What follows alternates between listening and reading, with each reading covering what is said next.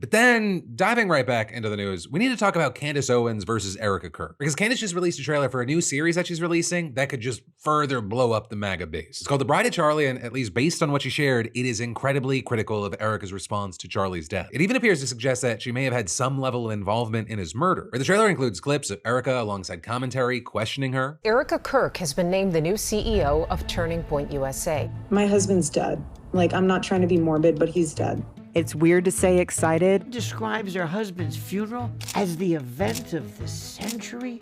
Merch, hats. We have 50,000 plus hat orders. Nobody knows why she's out there in a glittering pantsuit in a recreated tent that her husband tragically was murdered in. And looking around, this pissed off a ton of people, especially conservatives. People saying things like, there is something deeply broken in someone who would attack a grieving widow for profit. We are called to defend widows. Scripture is clear on that, and Charlie would have stood for it. Meghan McCain calling Candace pure, unadulterated fucking evil, saying who in God's name would put a woman whose husband was brutally assassinated in front of this entire world through this? Ben Shapiro even putting out a video going after the series saying, this is the stuff that Candace Owens has been doing.